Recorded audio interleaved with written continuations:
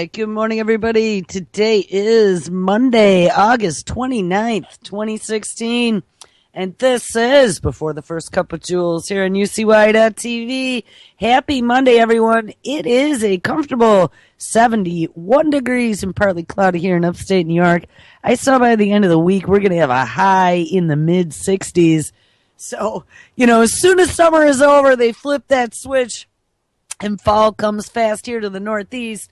So where do we leave off on Friday? We titled the show Space, Plasmonic Antennas, and of course we had guest Verstine Henry. It was lovely to have Verstine on. We haven't talked in a long time. We're going to try to do it again really soon. I wanted to do it this Friday, but I forgot this Friday is the last weekend of summer. So there might be some camping in my not too distant future. So it might be 2 weeks from now. We'll have to see. Still trying to work that out. But we looked at last week some really crazy technologies, and I was trying to get to my playlist because, I title these things. I put a lot of pain into titling these shows every day because when I go back and find something that I talked about, and I know I talked about, and someone's arguing with me, usually a friend or family member, and I want to prove my point, like with a big fat Sharpie exclamation point, I stick a show in their face that I did an hour of research on with all the links. So I try to title them so it'll jog my memory for some of the main topics that we talk about. But if we take a look at what the titles were last week, let's see. Gene hacking, biosecurity, and beyond CRISPR. It's unlikely for AI to behave optimally all the time. CubeSats, plasma bombing the sky, moon mining, Earth 2.0, and the Internet of Things. We ended it with space, plasmonic antennas, and guest Verstine Henry. So, we talked about this progression, looking at gene editing to artificial intelligence to space and some of the crazy stuff that's going on in the upper and the lower atmospheres. And those are kind of the big topics we talk about all the time. But this plasmonic antenna thing, after we found out that the Air Force was plasma bombing the sky, should be very disturbing to you. They're going to be blanketing the upper atmosphere with these 10 by 10 by 10 CubeSats, little tiny satellites, to be able to, quote unquote, plasma bomb the atmosphere and improve radio transmission. So we find out nanoscale wireless communication systems are using plasmonic antennas. What are the chances that we're going to have plasma bombing and then we have plasmonic antennas? We found out that they're going to use these little CubeSats not only to plasma bomb the sky. There's all kinds of CubeSat missions going on, one of which is to turn the upper atmosphere into the Internet of Things, the big communicator, to be able to connect all devices, all kinds of machines on the ground, and let them all communicate together through little mini plasmonic antennas that are released on little tiny satellites that blanket our entire upper atmosphere. I'm not even sure what to say about that. I'm not even sure where to go. I mean, one of the disturbing issues, and again, we'll do this on another day, because this is going to take me some research, and it's Monday. And you know what, Dal? You're absolutely right. We are all becoming antennas. And not only are our bodies becoming antennas as we consume these heavy metals that are being sprayed in the atmosphere and probably in our food. Who knows? Crazy shit in our food. They're going to be putting them into our clothes. Remember that story back from a month or two ago? How excited they were that they could now 3D print antennas in anything, in any manufactured product They can 3D print them so well that they can put them in anything. And they were saying how wonderful this was. This is really gonna launch that full-blown Internet of Things that they've been waiting for. This is going to give them the 24/7 connectivity. This will allow them to put it in your clothes or put it in your coffee cup, for God's sake. And once we all get connected, and each of our cells is even connected, right? I mean, we've looked at so much crazy stuff. With nanotechnology and some of these little nanobodies that they're working on. And I saw a few crazy stories this weekend. They're getting it into us, guys. There is no doubt in my mind. That is the end goal. Every single cell in our body will be bagged and tagged and tracked. And now, not only bagged and tagged and tracked, I figured there's going to be someone sitting in a big room somewhere with an AI who was just and thrown it in the database. But we're going to be connected to CubeSats using plasmonic antennas to be able to transfer this data around and do real-time monitoring of you 24/7. What kind of a world will this be for our grandchildren? Now, I saw a story Friday, and we never got to this one, and I want to do this as a kickoff to the show that I've had lined up here for a few days.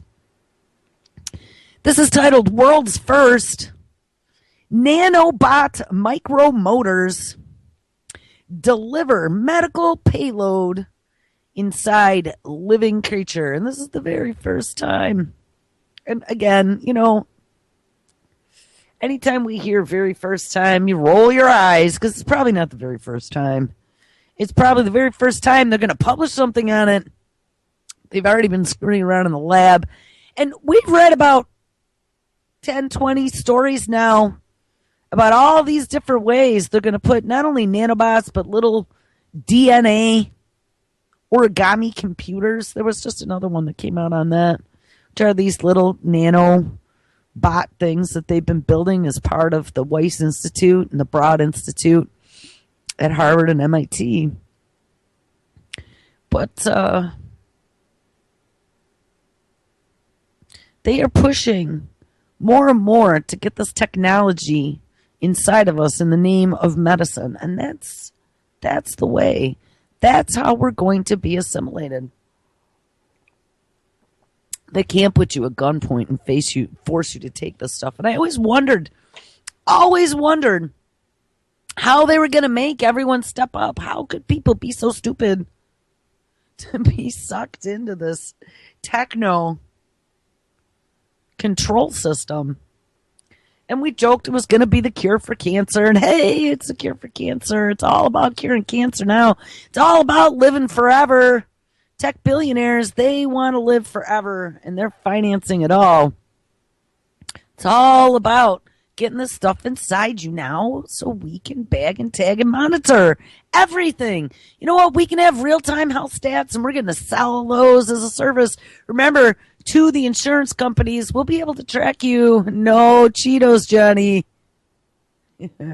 We're going to up your premium. Those aren't healthy. We told you.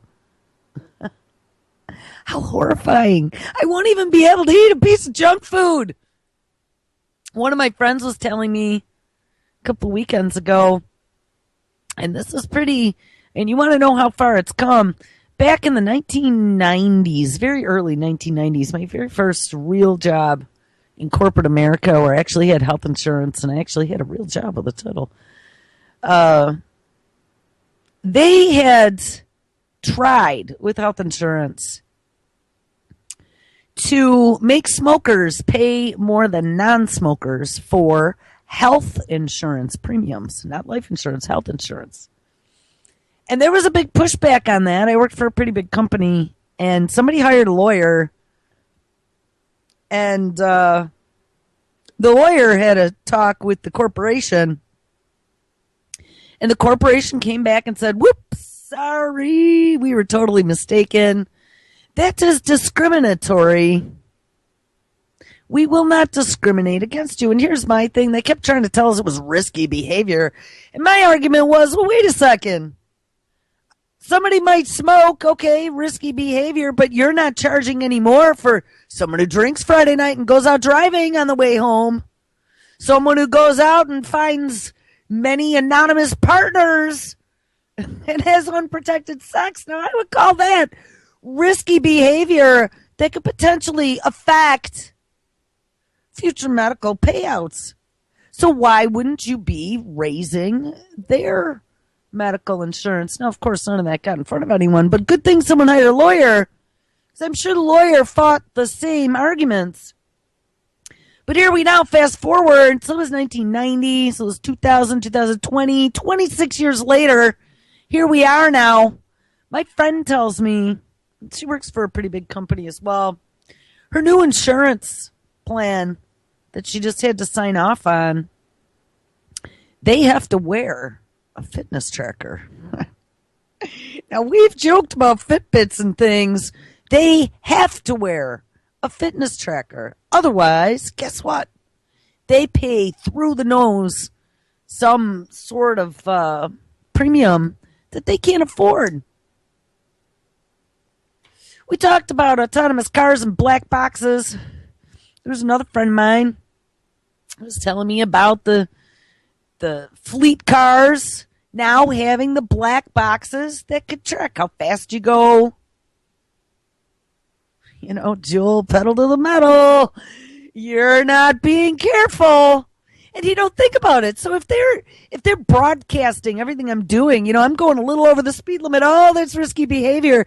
Not only are we going to jack up your car insurance premium after 3 violations, but we might have to jack up your health insurance premium as well, because you were going 5 miles over the speed limit.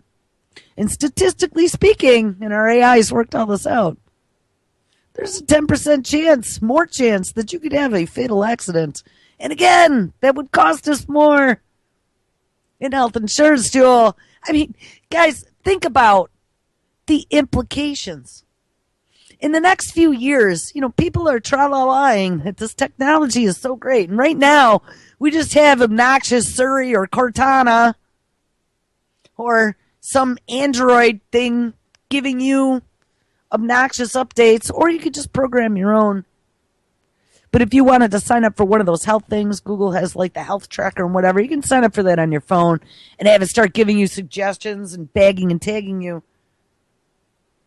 But right now, it's just voluntary. Right now, it's dip your toe in. Look how cool the technology is. We are in the 21st century. Guess what, people? We've gone 30 years of being told all the wrong information about how to stay healthy. Now we have this epidemic of sick people and Western diseases. Oh, we've been consuming glyphosate. It's been screwing up our metabolisms and our gut flora and giving us all of these 21st century diseases. Oh my God. Now we need to fix it, and holy shit, climate change. Eat crickets. Or actually, here's the best one. My one friend who just rolls his eyes at everything I talk about on this show says, I heard a really good piece on BBC the other night. He says it was about nasty food and all the nasty foods that are out there, the top 10 nasty foods. And I said,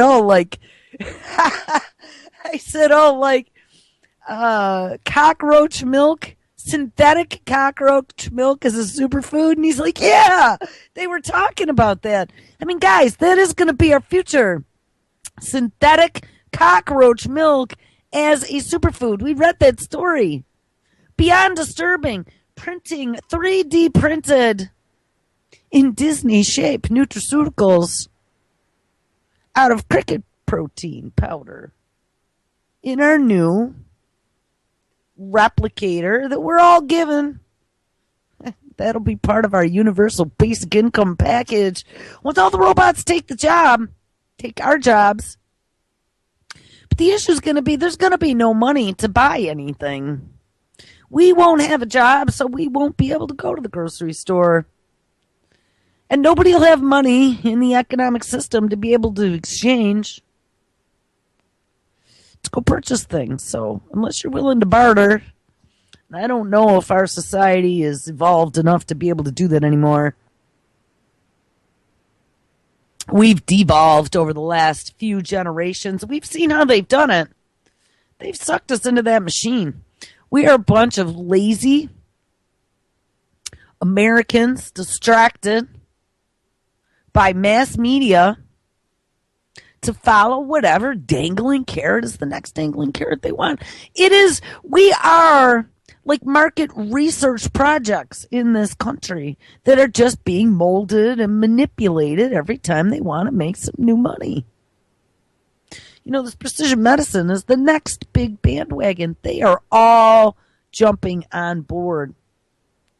Anyway, back to this talk about jumping on board. Scientists from the University of California are claiming that they managed to deliver a medical payload directly into the gut tissue of a living organism using micromotored nanobots. Now, they are delivering a payload directly into the gut tissue, and of course we know the gut tissue is where we can control a lot of things, including inflammation and different brain chemicals and that.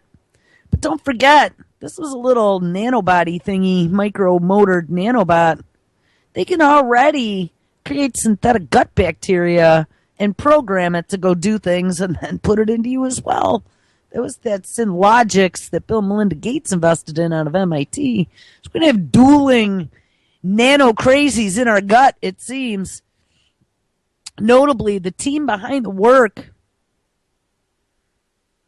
notes that these little microscopic machines can travel inside of the living creature and deliver medical treatment without causing any, and I repeat any, so they say, harmful side effects related to these small little bots. Yeah. There's no side effect from the little bots, but what about the medication they're putting into you? Using these micromotor-powered nanobots propelled by gas bubbles made from a reaction with the contents of the stomach in which they were deposited. These miniature machines have been successfully deployed inside of a body of a living mouse. The tubular nanobots, which are about 20 micrometers long and 5 micrometers in diameter, are coated in zinc. And zinc is propelled by the gas bubbles that are produced once the zinc reacts with the hydrochloric acid in your gut. These nanobots travel at speeds of up to 60 micrometers per second and embed themselves in the stomach walls where they remain after a full 12 hours. So they have little tubular nanobots. Wonder if you swallow them in a pill. Not really sure how they get them into you, but they embed themselves in your gut lining to then dose you with a payload. This is horrifying. These nanobots have been previously used on organic tissue, but this marks the first time that it was tested in a living organism. And the success of this test, the poor little mousey, the success of this test leads researchers behind the study to further explore the technology as a way to deliver targeted drugs in humans.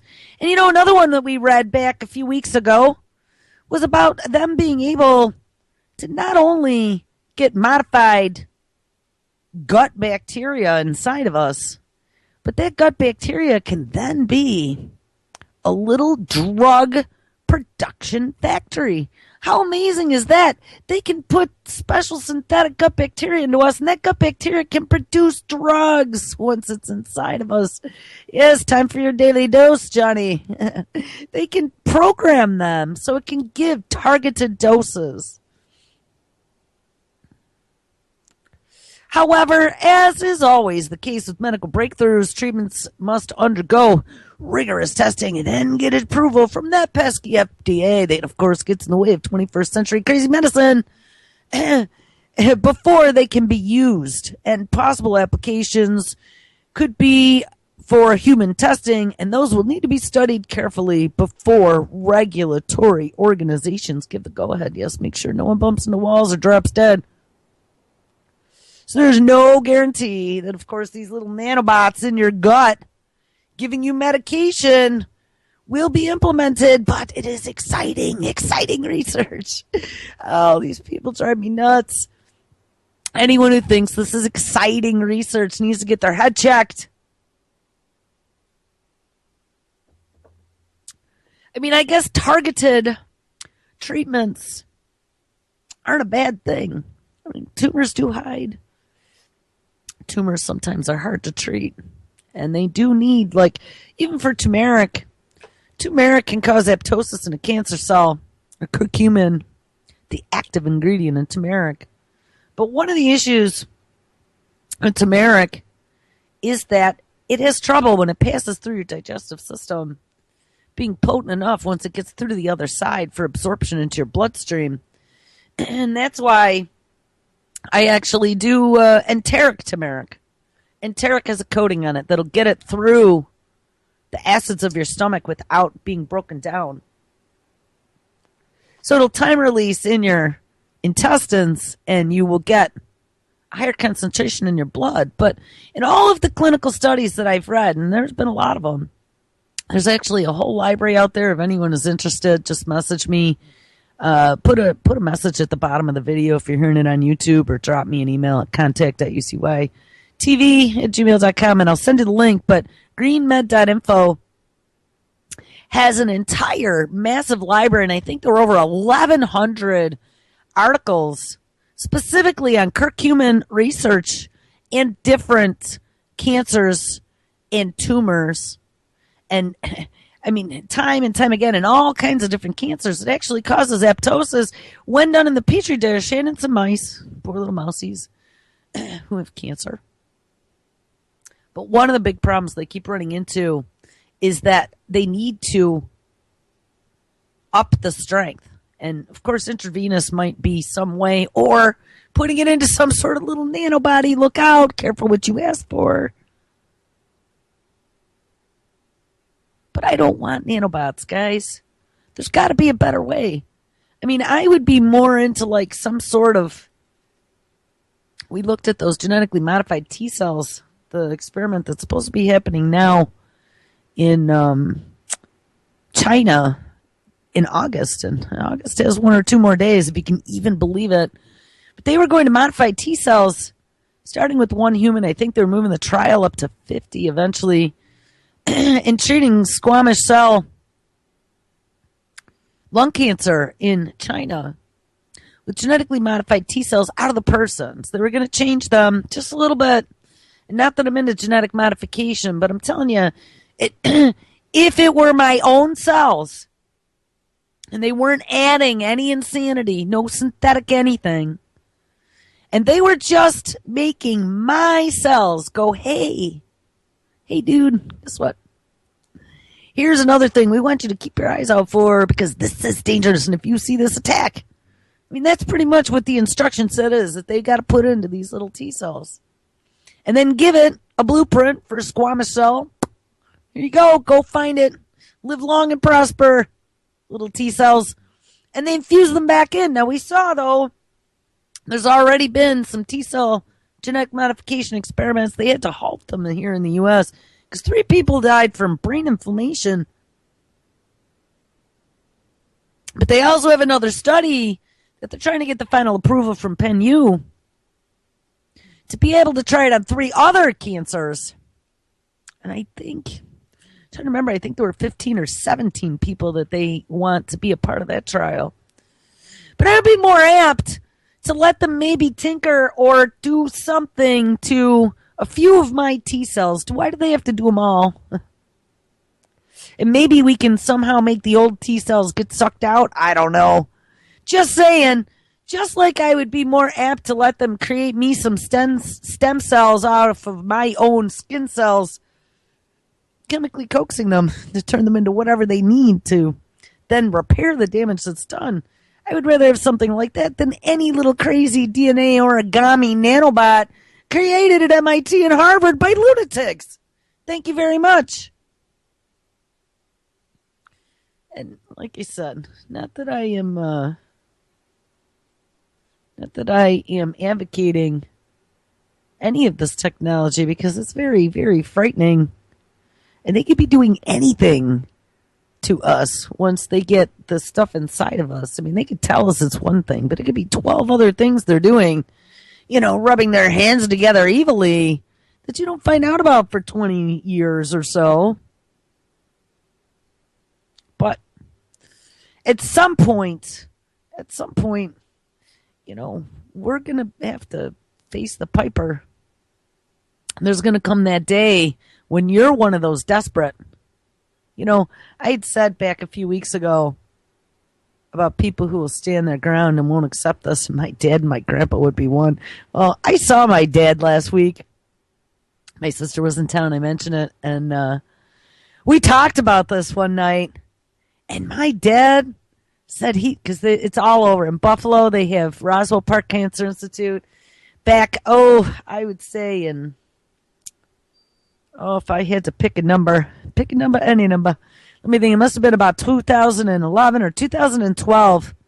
There's a big press release that came out locally that DARPA had been funding a study at Roswell Park Cancer Institute. And Roswell Park's always been on the leading edge, but I hadn't followed their press releases until I was doing corporate marketing and stuff. And then we subscribed to a lot of the big press release feeds.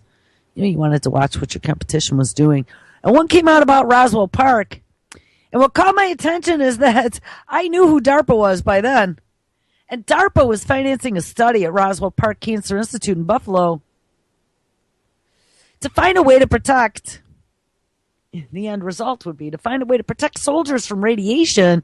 And they were using cancer patients who were getting chemotherapy as their guinea pigs. Now, come on. I mean, of course, these people don't want to be sick from radiation therapy, but you're going to test a guinea pig test? Who knows what they were using in live people who are trying to recover from a horrifying disease, getting poisoned by radiation, and you're going to test your DARPA shit in these dying, sick people. They did. But what's interesting is after they got that big flush of money, I never heard another word about DARPA and Roswell Park. And Roswell Park now is shot to global stardom with all this research that's going on. And now there's commercial after commercial after commercial of experimental trials. And you can get this cancer vaccine, or you can get this one, or this immunotherapy. I mean, it's unbelievable. Every other commercial in Buffalo is about getting your loved ones fixed at Roswell Park Cancer Institute. And I have a feeling, just an inkling, that it has something to do with their beginning relationship with DARPA and some of the research they were doing there. DARPA found another cash cow of experimental sick people who are ready to step right up. But weird enough, so I'm talking to my dad about this and about the mad science behind it and this whole grand plan. And my dad told me I was wrong, guys. He said he'd do it.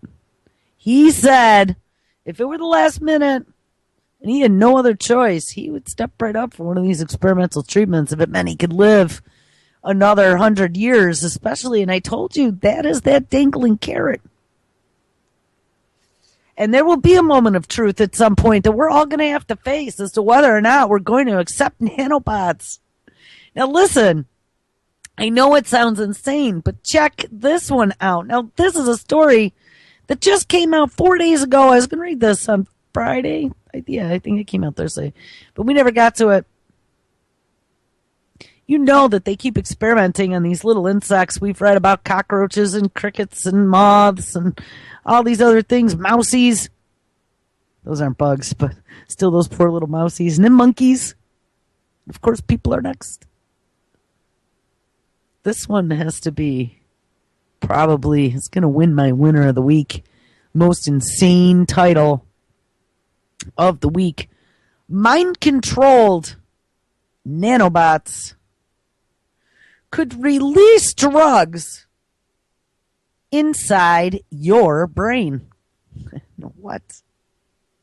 And I know, thank God I did a show called WTF when I first started radio, because my show now has morphed into WTF and Science Today. If I had to give it an altered title, this is just, sometimes, guys, I even have a hard time wrapping my brain around some of the things that we read about. Let's read that title again. Mind-controlled nanobots, yes, mind-controlled nanobots, could release drugs inside your brain.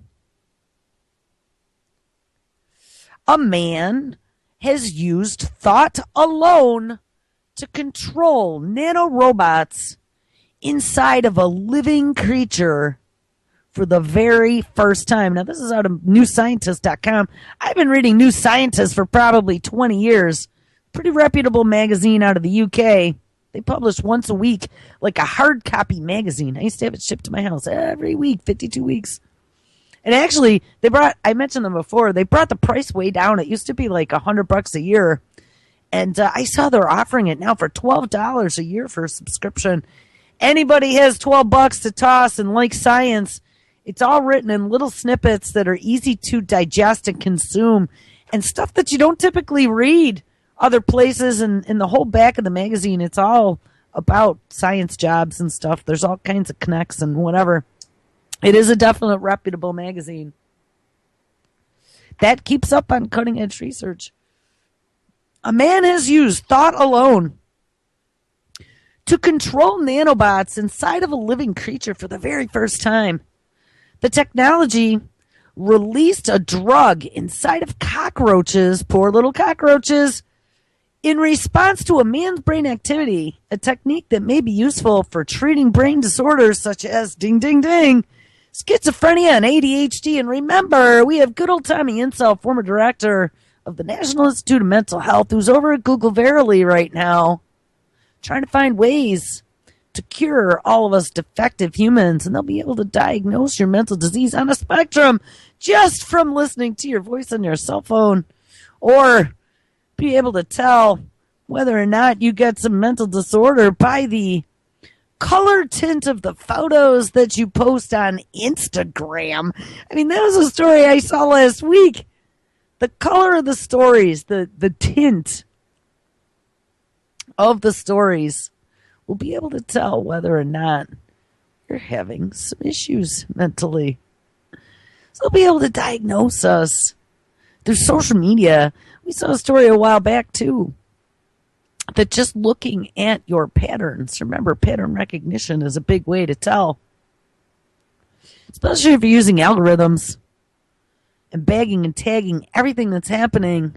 It's very easy when you are a creature of habit. I know I am, and probably a lot of us are. I get up typically the same time every day. Not always, though.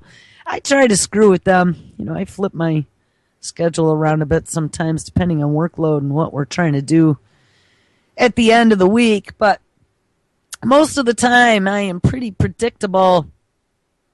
And they want to start using social media and your frequency of posting and looking, statistically speaking, at, you used to post 10 posts a day, and then all of a sudden you go a week or so and you're not posting anything.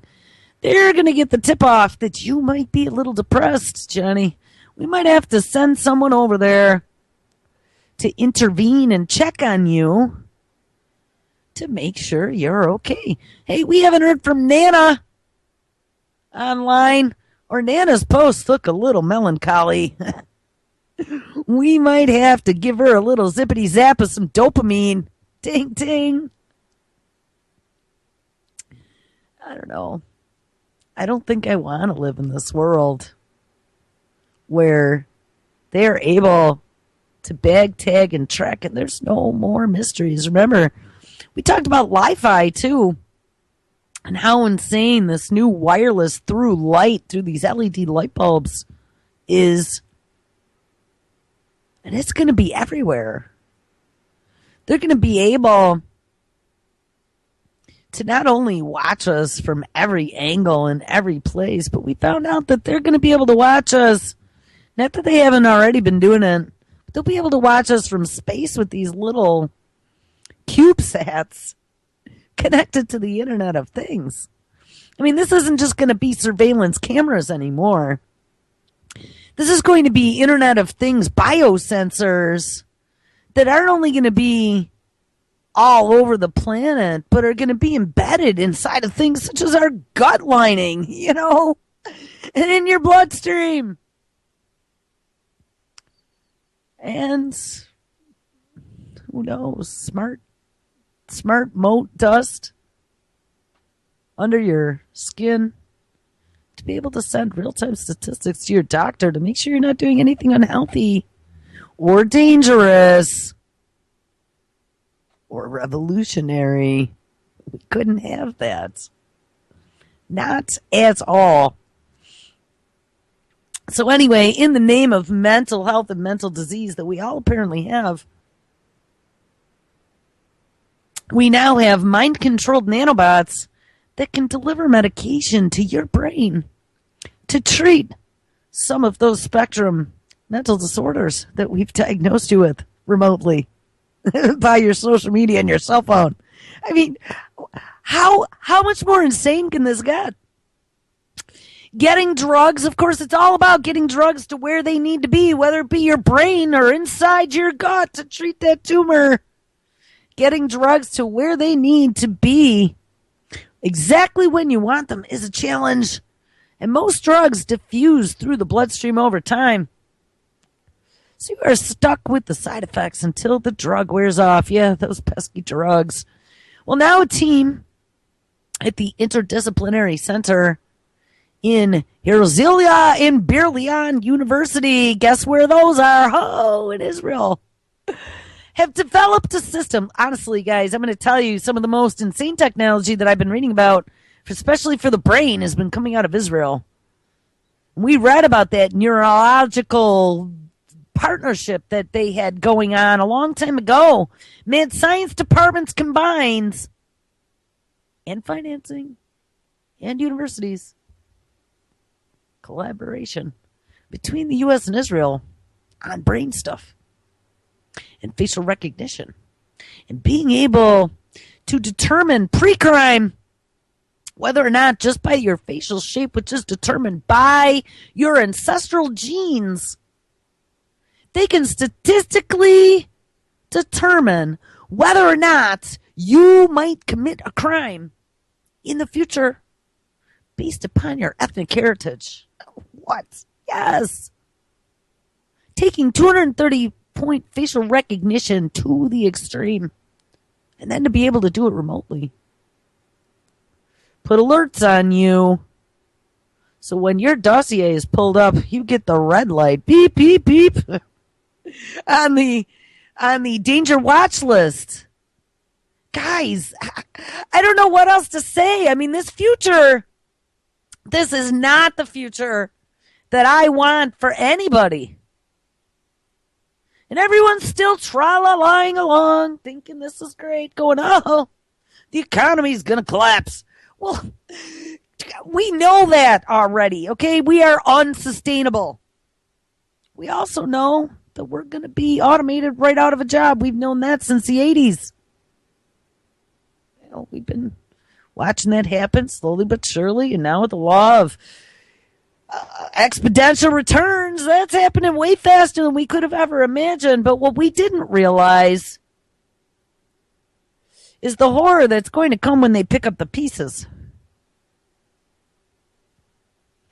And we saw the new Valkyrie robot that was built for NASA that was going to be used originally for doing space station missions outside. Very humanoid looking. They're now going to use it as part of the Space Grand Challenge or the Science Grand Challenge or the NASA Grand Challenge, whatever they're calling it. It's going to be a mirror of what DARPA did for the DARPA Robotics Challenge and the DARPA Cyber Challenge with that DEF CON, the artificial antivirus shape-shifting immune system for the internet competition they just had. But this Valkyrie robot, NASA robot, they want to have teams build AI software that will allow this robot to not only go to Mars, yes, go to Mars, and start building Mars habitats and power generation stations before the first settlements of people get there. But they said in that story that, oh, yes, or we could use them for helping the population of the United States recover from disasters as part of our disaster response. They could send armies of Valkyrie robots to, flood zones where we have 60,000 damaged and destroyed houses and people trapped, and send all of these autonomous Valkyries to go help them rebuild and get up some temporary power. What would you think if an entire FEMA trailer of robots showed up to help? My thoughts are, what would we think if an entire FEMA trailer of robots showed up to, well, I don't know, disarm your neighborhood? What are you going to do? They released the heat-seeking drones with laser weapons alongside the tractor trailers of self-powered, self-motivated, self-thinking builder robots. And guys, this isn't 100 years from now. It's not. I told my dad, I give it maybe 10. 10 years from now, this world is going to look way different than anything we've ever known in our life. Anyway, back to the story of the mind-controlled nanobots inside of a living creature for the very first time to release drugs into the brain.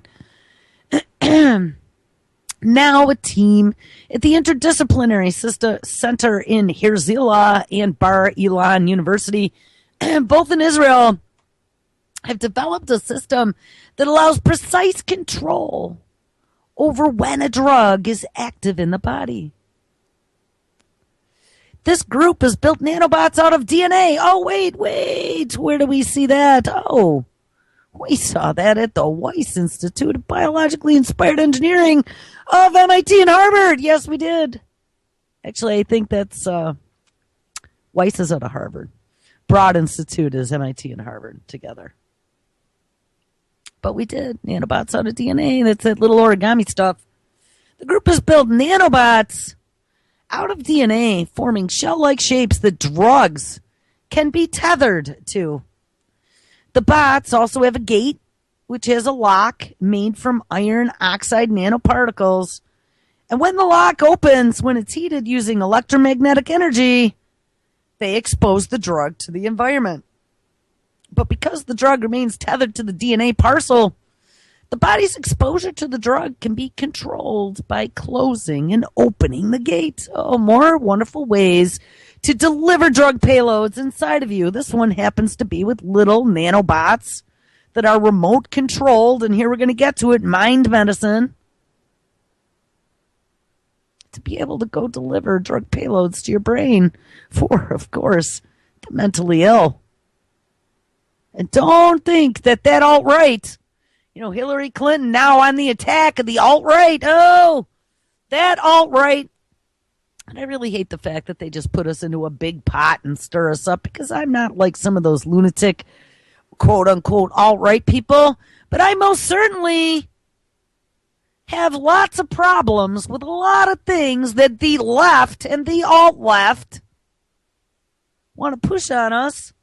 So if I got to be called alt-right for being a truth seeker, I guess I'll have to be called alt-right. But us alt-right people, at some point, guys, they're going to label us all mentally ill, especially as we have this world of political correctness being jammed down everyone's throat globally. Listen to BBC for a few hours overnight and tell me that that is not complete, utter garbage, lefty, politically correct propaganda bullshit. Every other story is about sexuality or, I don't know, some of these stupid liberal agendas that, honestly, guys, I don't give a shit what you do behind closed doors. I really don't. Doesn't affect me one way, shape, or form at all. I really don't care. And you want to know why I don't care? Not because I don't love you all. No. If you really want me to care, I will. But the reason I don't care is because on the grand scheme of things, it's really not important. It's important that you find a way to be happy. I want you all to be happy. Do whatever you need to do as long as it doesn't hurt anyone or any animal or any child. Behind closed doors, that's your business, not mine. And I honestly don't have an iota of seconds to think about it. I don't. But in the grand scheme of things, should we be worrying about who's pissing in what bathroom and who's screwing who? Because I don't. It's a big fat distraction from all the other collapsing issues that are happening right now on a global scale. And all the mad scientists are running around with all their billionaire-fueled discovery, claiming that they are the science gods that are going to fix it all, and just trust us. Stay distracted, Johnny. Worry about who's wearing a wig in the men's bathroom. And hey, here, we're legalizing all the pot. So smoke this and shut up in a corner somewhere. Really think that that's why the legalization is big too. Because I don't remember which dystopic novel that we read when we were kids. But one of them, it talks about the Soma, I think it was 1984, where they just had a pacified, drugged public and nobody cared. We were all happy. We didn't fight anymore. They did experiments. It showed that people who were medicated fought less, especially if it caused some sort of dopamine push button, if it was a dangling carrot, technology. I mean, they could deliver drugs without delivering drugs, guys. Technology and that dopamine dangling carrot is a drug. It's addictive. It makes people want to get sucked in. And with all these distractions, this is allowing this insanity to happen. I don't know how I got on that, but BBC, sometimes they have good stuff, but they really make me puke sometimes. Anyways, mind medicine. To get the DNA bots to respond to a person's thoughts, the team trained a computer algorithm to distinguish between a person's brain activity when resting and when doing mental arithmetic. The team then attached a fluorescent drug to the bots and injected them into a cockroach that sat inside of an electromagnetic coil. And then a person wearing one of those EEG caps, you've seen them. It's how they've done mind-controlled keyboard and mice and prosthetic arms in the beginning. All kinds of DARPA research. I mean, you see it sprinkled everywhere. That's what disturbs me. We read about these stories 4 years ago directly from DARPA. And then we see this technology rolled out at all these universities. And remember, that brain initiative is global, as are a lot of these other initiatives. So there's a person wearing an EEG cap that measures brain activity, and when instructed either to do mental calculations or rest, and the cap was connected to an electromagnetic coil, switching it on when the man was calculating and switching it off when he was resting. And by examining when fluorescence appeared inside of different cockroaches, the team confirmed that this worked. So this algorithm could then be trained to track other types of brain activity, says Sashar Anand, a member of the team at the Interdisciplinary Center. It could track brain states that underlie ADHD or schizophrenia, for example, and it could be modified to suit your needs. And you know what? Israel wants to be the crown jewel in all kinds of mad science, including the drone capital of the world, we had read one time. Looks like nanobots in your brain is another. The idea would be to automatically trigger the release of a drug when it is needed. For example, some people don't know when they need medication, like before a violent episode of schizophrenia, for example. They forgot their tinfoil hat. And if an EEG could detect that it was coming, it could then stimulate the release of a preventative drug in their brain. Because the bots can be open and closed when required, the technology should minimize unwanted side effects, and tweaking the DNA bots could also ensure that they only target specific cells inside of the body, minimizing harmful interactions elsewhere. Well, phew! Gotta love that your mind-controlled nanobots won't get out of control. What the hell? Let's see. This technology isn't ready to be used in humans yet. Well, good thing. To work, the setup needs to be a smaller, more portable method of measuring brain activity, something Anarn says is not far away. The team envisions a person wearing a small hearing aid like EEG device to monitor their brain activity, ding, and detect when drugs are needed, ding. For example, when a person with ADHD's concentration begins to lapse. A smartwatch would then create the electromagnetic field, ding, required to release a dose of Ritalin. Oh my God. Wait, let's read that again. This team envisions a person wearing a small hearing aid-like EEG device to monitor their brain activity, so be in their ear, and detect when drugs are needed. For example, when a person with ADHD's concentration begins to lapse, so they'll be able to tell that from the little hearing aid in your ear, and then your smartwatch Fitbit would create an electromagnetic field that would open and close those little drug gates from the nanobot in your brain and allow it to release the required dose of Ritalin direct to your brain. Such a combination of devices could be used to treat depression and other brain conditions that are really difficult to treat. And it could also allow people to actively trigger when they want a drug to be released by summoning your magic powers with specific thoughts. What? Johnny, you don't have to take a pill anymore, and don't worry, there's no more needle injections. You just need a few little DNA nanobodies in your brain, and this little earpiece, and this little watch.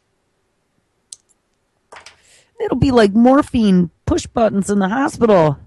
This is nuts. This is absolutely nuts. People could take this in all different directions, says Anarn.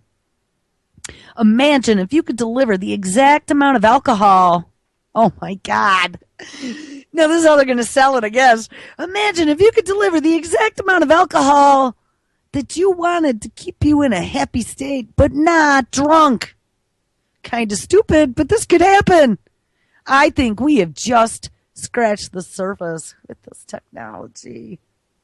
Okay, guys. Yeah, you want to stay buzzed here. Just take this nanobot. You can stay perpetually buzzed. Just think about it. I need a little dose. Need a little dose of my soma. It's really nuts. All right. Well, we only got a couple minutes left, if you can even believe it. But I guess we'll hit the story. I wanted to get to this on Friday as well. This is from April 25th, 2016. We've talked about these DIY genetic engineering kits as part of the CRISPR being sent out by that ad gene to 60,000 places across the globe. Anyone who asks for it. And now CRISPR, of course, has become the hottest new technology to genetically modify anything and everything. We've read about the Department of Energy being involved in a lot of different things. Maybe we'll cover the story tomorrow, where they've engineered bacteria to turn carbon dioxide, because, climate change, global warming, oh my God, carbon dioxide is a byproduct.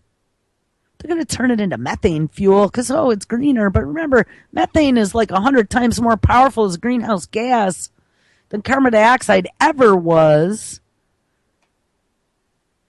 But as we're splicing and dicing life here on this planet, and we're democratizing it across the globe, so little Johnny can do it in his mommy's garage from parts he bought on eBay. You got to be concerned. This came out of the Bulletin of Atomic Scientists titled, How Genetic Editing Became a National Security Threat. And of course, guys, they always got to bring it under the guise of it being a threat and it being national security. And oh my God, now we have to put the military behind it. But see, the military's always been behind it. DARPA has been financing all the insanity. Well, the Director of National Intelligence, James R. Clapper, sent shockwaves through the national security and biotechnology communities with his assertion in his worldwide threat assessment testimony to the Senate Armed Services Committee in January that genome editing had become a global danger. Now, remember, last week I really kind of dug into these different labs to determine whether or not we were using biosecurity level 4 with any of this technology. And I have not been able to find much of any evidence at all that we are doing a proper chain of custody on any of this insanity. And they'd even talked about in a few stories, like some of these bacteria could get inhaled into researchers. And we found out things such as obesity could be contagious. Once they're inside of you and they're in your gut, you are expressing them into the environment around you. We should be very worried. He went so far to include in the report of his weapons of mass destruction section, alongside threats from North Korea and China's nuclear modernization and chemical weapons in Syria and Iraq, gene editing technology that could open the door to, quote, potentially harmful biological agents or projects with far-reaching economic and national security implications. Now, when we found out that DARPA was working on a shape-shifting immune system to be able to protect us against any biological threat, known or unknown, it makes you wonder. All right, guys, make sure you stick around. Lonnie Clark is next with an interview with Drew Kuhn and lots of great radio tonight. I will catch up with you on Tuesday. Everybody take care.